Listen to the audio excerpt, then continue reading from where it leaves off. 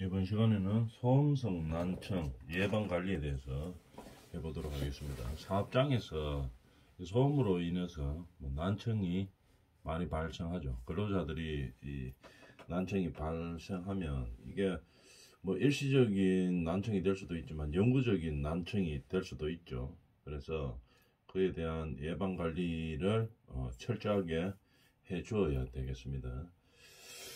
그리고 어떻게 예방관리를 하는지 우리가 자세히 한번 알아보도록 하겠습니다. 자, 우리가 이래 그림에서 보다시피 근로 환경을 하다 보면은 이 소음이 많이 일어나죠. 그러면서 이렇게 소음도 측정하고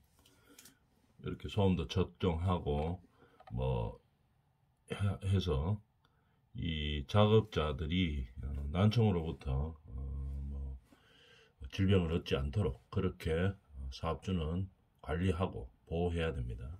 그래서 그렇게 하기 위한 법의 규정도 있죠. 그래서 어떤 것들이 있는지 우리가 자세히 한번 알아보도록 하겠습니다.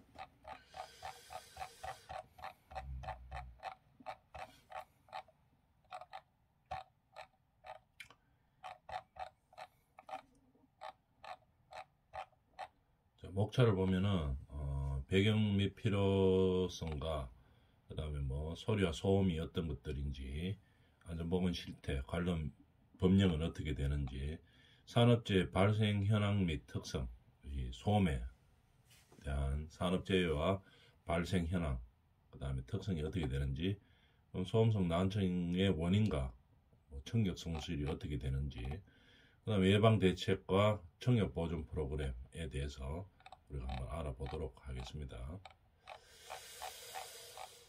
배경으로는 소음이 뭐 어떤 영향을 미치나 한번 봅시다. 자, 소음성 난청은 소음에 노출되는 시간이나 강도에 따라 중요한 거, 난청이 일시적으로 난청이 일어날 수도 있습니다. 우리가 근로 현장에서 소음에 많이 노출되다 보면 일시적으로 우리가 난청이 올 수도 있지만 영구적인 난청이 올 수도 있습니다. 그래서 영구적인 난청이 되면은 이게 치료가 잘 되지를 않아요. 아직까지.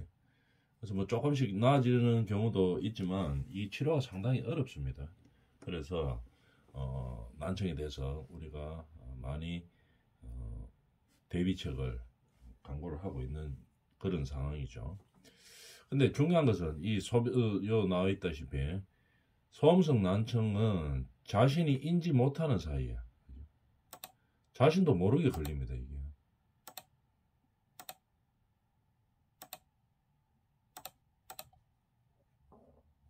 자신이 인지하지 못하는 사이에 발생한다 이 말이에요.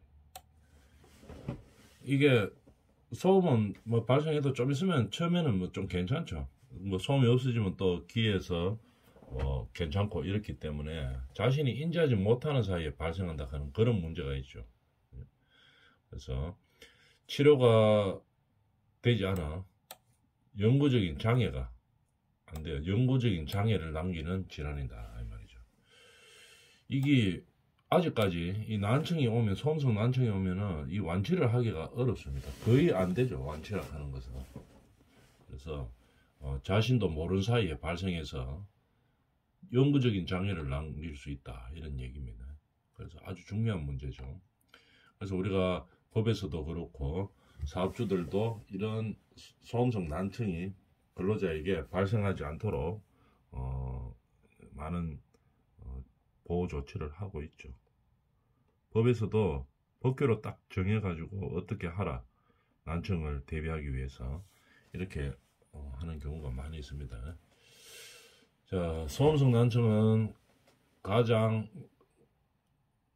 흔한 질환으로서 산업 현장이나 도시 발전에 따른 환경소음, 그 다음에 개인적인 음향 장비 등으로 사용해서 빈번히 사용할 수 있다 이 말이죠. 발생하고 있다. 소음성 난청이 많이 발생하는데 가장 흔한 질환입니다. 감각신경성 난청 중 소음 때문에 발생하는 게 난청이 제일 많다 이 말이죠. 흔한 질환이다 이 말이죠. 산업 현장에서 발생할 수도 있고, 아니면은 도시 발전에서 환경 소음으로 발전할 수도 있습니다. 그 다음에 또 개인적인 음향 장비 때문에 소음성 난청이 발생할 수도 있죠. 또 우리가 근로자들이 뭐 근로 환경에서 근로 환경 때문에 발생하는 경우도 많이 있지만, 이 사회가 자꾸 발전하면서 소음이 또 많이 일어나는 경우도 있죠. 예를 들어서 뭐 우리 집의 위치가 철도역 바로 옆에 있다. 철길이 이제 뭐 철도가 계속 기차가 지나다닌다 이러면서 그런 환경 때문에 소음성 난청이 될 수도 있습니다. 그래서 도시가 발전하면서 소음의 요소들이 많아지기 때문에 그런 것들이 있을 수가 있죠. 또는 우리가 뭐 개인적 음향 장비, 그러면은 특히 많이 소음성 난청이 발생하는 게, 이 할머니들하고 뭐 아주머니들 보면 뭐 취미생활로 저기 뭐 노래교실 이런 데 많이 가죠. 근데 노래교실 이런 데 가는데 앰프를 막 크게 틀죠. 그런데 이제 저 뒤쪽에 있으면 괜찮은데 자리를 앉다 보면 이 앰프 바로 옆에 앉게 되는 그런 상황도 있죠. 그래서 한 번, 두 번 그런데 앰프 바로 옆에 앉다 보면 그게 이제 적응이 되죠. 그리고 그 자리가 뭐 잘 보인다든지 선생님이 잘 보인다든지 이렇게 해서 뭐 일부러 그 자리에 앉는 사람들이 있죠. 거기서 계속 이래 생활하다 보면은 이게 어떻게 됩니까? 소음성 난청으로 발생하는 경우가 상당히 많이 있습니다. 그 다음에 또 뭐 우리가 개인적 음향 장비 이어폰을 꽂고 노래를 막 세게 듣는 그런 사람들 있죠. 뭐 힙합 음악이라든지 뭐 이거 뭐 아주 큰 음악들 이어폰 꼽아놓고 크게 듣는 사람들이 있습니다. 그러다 보면은 이게 개인적 음향 장비를 그렇게 사용하면 안 되죠. 이거 이어폰 꼽아가지고 소리 엄청나게 크게 듣고 이렇게 하다 보면은 소음성 난청이 될 수가 있습니다. 그래서 우리가 소음성 난청은 꼭 뭐 산업 현장에서만 발생하는 것이 아니고 생활 속에서 발생할 수도 있죠. 그래서 항상 소음성 난청이 발생하지 않도록 그렇게 우리는 생활에서도 신경을 많이 써야 되겠죠. 그 소음성 난청에 대해서 치료 방법, 그 다음에 뭐 원인, 이건 잘 모릅니다. 아직까지. 그죠? 미미한 상태다 이 말이죠. 그래서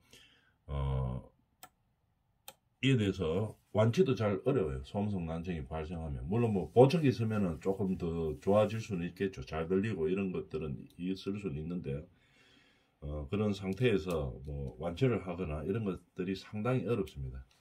그 다음에 아까 서두에도 나왔지만 소음은 이 자신도 모르는 사이에 근로자들을 난청의 질병으로 빠져들게 하죠. 자신도 모르게 그냥 빠져듭니다. 그래서 소음성 난청은 예방하기나 투자나 관심도 아주 부족한 상황입니다. 부족한 상황. 왜냐면 처음에 이제 근로 환경에서 조금 시끄럽다가 시끄러운 요소가 없어지면 또 금방 귀에서 잘 안 들리고 하면 또 괜찮아지고 이렇기 때문에 이게 예방하기도 좀 상당히 힘들고, 그래서 투자하거나 감심도 아주 부족한 상황입니다. 그러다 보니까 이 난청 환자들이 상당히 많아요. 비율적으로 보면. 그래서 이를 예방하거나 예방하기 위해서 투자나 관심이 많이 필요하겠죠. 그래서 이거를 난청을 예방하기 위한 관련 법규들 이런 것들이 산업안전보건법 이렇게 해서 우리가 많이 규정을 해놓고 있죠. 그런 내용들을 알아봅시다. 현황에 대해서 그러면 한번 알아볼까요? 이렇게 해서 난청을 예방하기 위한 필요성에 대해서 알아봤죠. 일반 현황적으로는 어떠냐? 소리와 소음에 대해서 한번 볼까요? 소리는 어떻게 됩니까? 인간이 귀가 감지해낼 수 있는 어떤 압력 변동이다.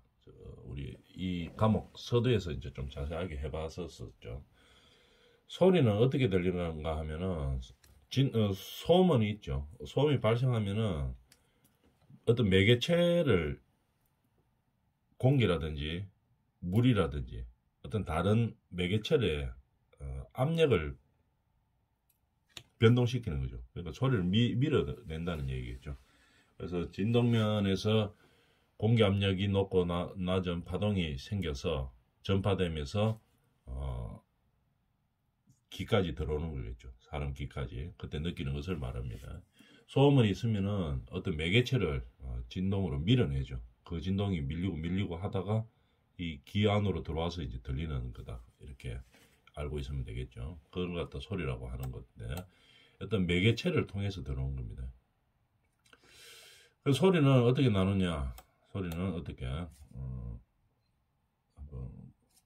그림으로 한번 볼까요? 진폭, 주파수, 주기에 의해서 결정된다 이 말이죠. 소리는 진폭, 주파수, 주기에 의해서 결정되는 겁니다. 그러면은 우리가 예전에 한번 했지만 알아보도록 하겠습니다. 진폭이 뭐냐? 뭐 이런 얘기겠죠. 그림을 한번 보고 할까요?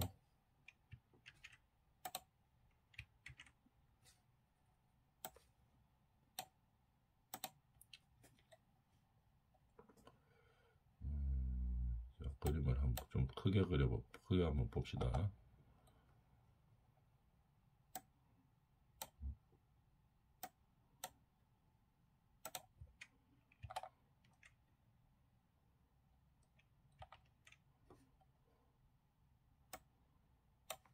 자, 그림으로 보면 이거죠.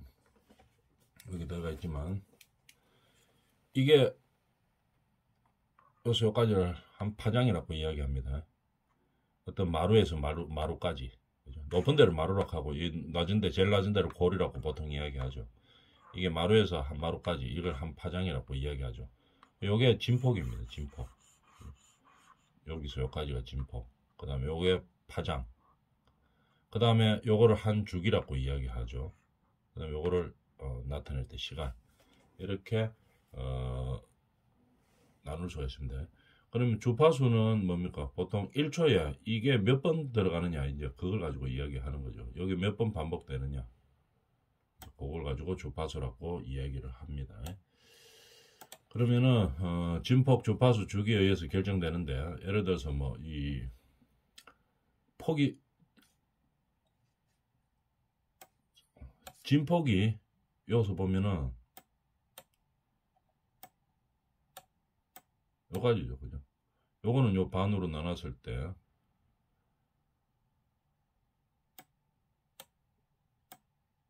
요거죠, 그죠? 진폭.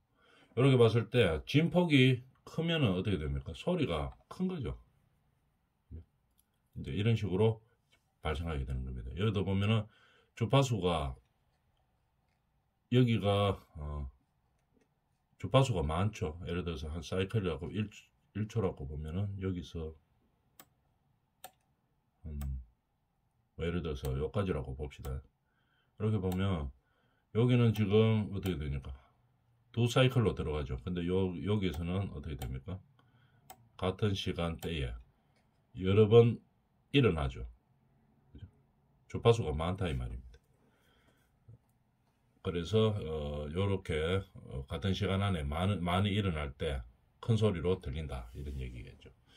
기본적으로 이제 요렇게 알아봤습니다. 이 자세한 내용은 우리 학기 초에 많이 했었죠. 너무 깊게 학기 초에는 좀 깊게 들어갔었고 지금은 조금 전반적인 대처 방안에 대해서 하기 때문에 간단하게만 보고 넘어가도록 합니다.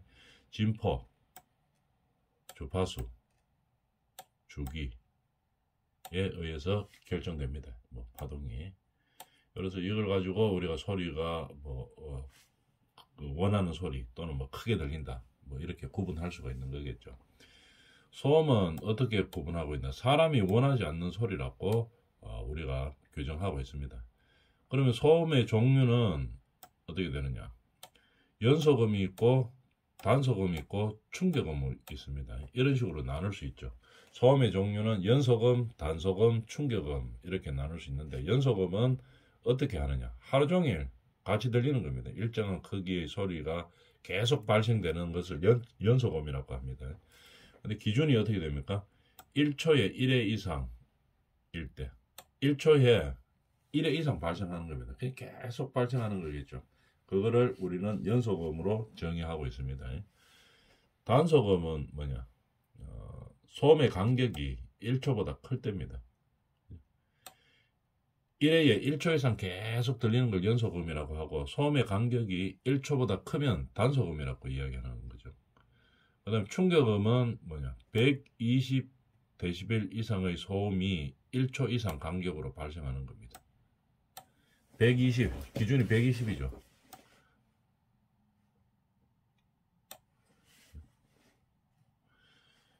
그래서 연소음, 단소음, 충격음을 어떻게 구분할 수 있는가, 그거에 대해서 용어를 어떤 식으로 정의하고 있는가에 대해서 알아봤는 거죠. 연소음은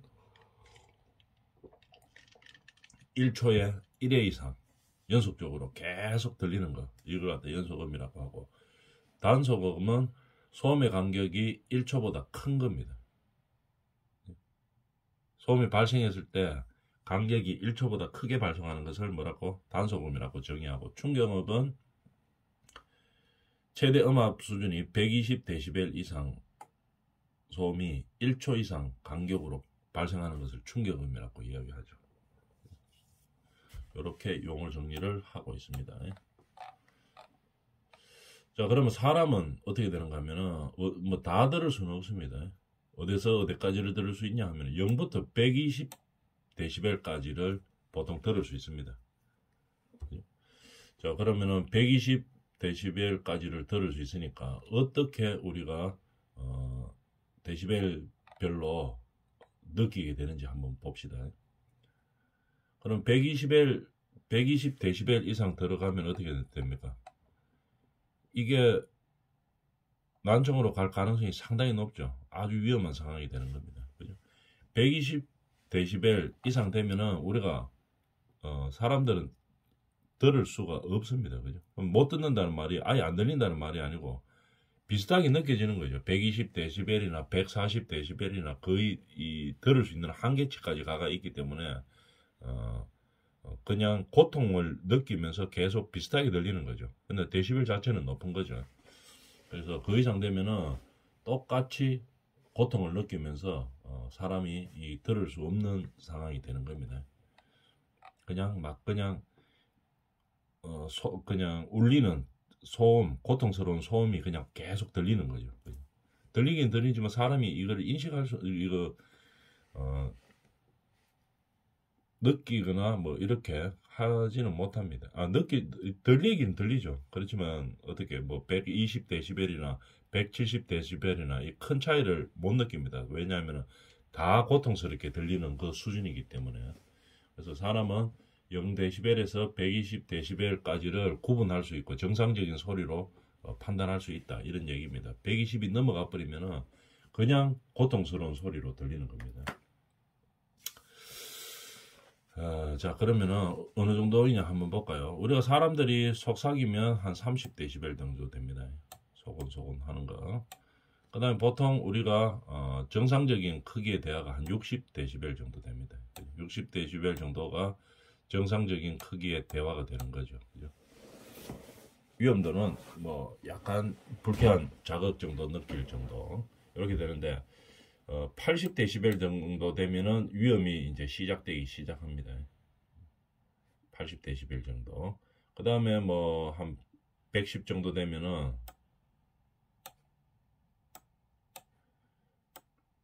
90, 110 이렇게 되면 손상이 가능한 거죠.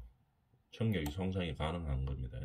예를 들어 보면은 뭐 90은 큰 트럭이 지나가는 소리, 그 다음에 100dB 같으면 뭐 방금 공장 전기톱 돌아가는 거 110 정도 이렇게 들어갑니다. 그러면 120이 넘어가면은 이게 매우 위험한 상황이죠. 120dB. 프로펠러 비행기 소리 정도, 그죠? 이제 그 정도 되는 겁니다. 그 다음에 고통을 느끼는 한계가 한 130 정도. 120 넘어가면은 사람은 그냥 고통스러운 소리로만 들리는 거죠. 더 구분하거나 뭐 이런 식으로 판별할 수 있는 그런 수준이 아니고, 그다음부터는 뭐 무조건 다 고통스러운 소리로 들리는 겁니다. 140 정도 되면 제트기 엔진 이래 되는 건 매우 위험한 상황이 되는 거죠. 이렇게 이제 구분할 수 있는데, 여기서 우리가 근로 현장에서 난청이라고 하는 기준이 어느 정도 되는지 이제 이런 것들을 이제 공부하게 되겠죠. 그 다음에 소음에 의한 영향이 어떻게 되느냐, 어떤 영향이 있느냐. 청력 손실. 청력 손실은 일시적으로 될 수도 있지만 영구적으로도 될 수 있습니다. 그리고 청력이 손실되면은 난청이 될 수 있고, 그 다음에 이명증. 귀에서 뭐 매미 소리 들고 엥 하는 소리 들리고 이런 거, 이걸 갖다 이명증이라 하죠. 이 그림에서 보면 이 사람이 자고 있는데 계속 이명증이 들리는 거겠죠. 뭐 매미 소리, 자기만 들리는 거죠. 이렇게 이명증 이런 것들이 발생할 수가 있습니다. 그래서 소음에 의해서 뭐 수면도 방해받을 수 있고, 그 다음에 뭐 스트레스 엄청나게 많이 받을 수 있겠죠. 이명이 온다든지 이렇게 하면. 그러면 뭡니까? 난청이 돼가지고 여기서 지금 보면 그림에서 보면 이 위험한 상황인데 옆에서 캐줬는데도 못 알아듣습니다. 뭐라고? 하면서 이렇게 이야기하죠. 조심하라 그랬는데 이거를 난청이 오면 이제 이렇게 되는 거죠. 잘 못 듣게 되는 겁니다. 소음성 난청의 재해 상황을 한번 그림으로 나타낸 거죠. 그 다음에 뭐 대화가 방해되고 무슨 말인지 잘 안 들립니다 이게. 그 다음에 이렇게 하다 보니까 학습이나 작업 능률이 상당히 저하되겠죠. 그래서 소음성 난청이 이런 영향을 끼친다 이렇게 되겠습니다. 그 다음에 소음 노출 근로자의 현황과 특성. 엄청나게 소음에 노출되는 근로자들이 난청이 많습니다. 어느 정도 비율인지 한번 볼까요? 조사를 해보면 평균 사업장의 소음 수준은 사업장의 평균 소음 수준이 우리나라가 84에서 한 86데시벨 정도 됩니다. 우리나라의 평균 소음이. 근데 90데시벨을 초과하는 경우도 상당히 많아요. 한 25% 내외 정도 되죠. 그 다음에 대상자는 한 19.3에서 22.9% 정도 되고 있습니다. 그죠? 이렇게 소음에 노출되는 이 근로자들이 상당히 많이 있어요. 그래서 소음의 노출 기준을 지금 넘어서는 경우가 많이 있죠.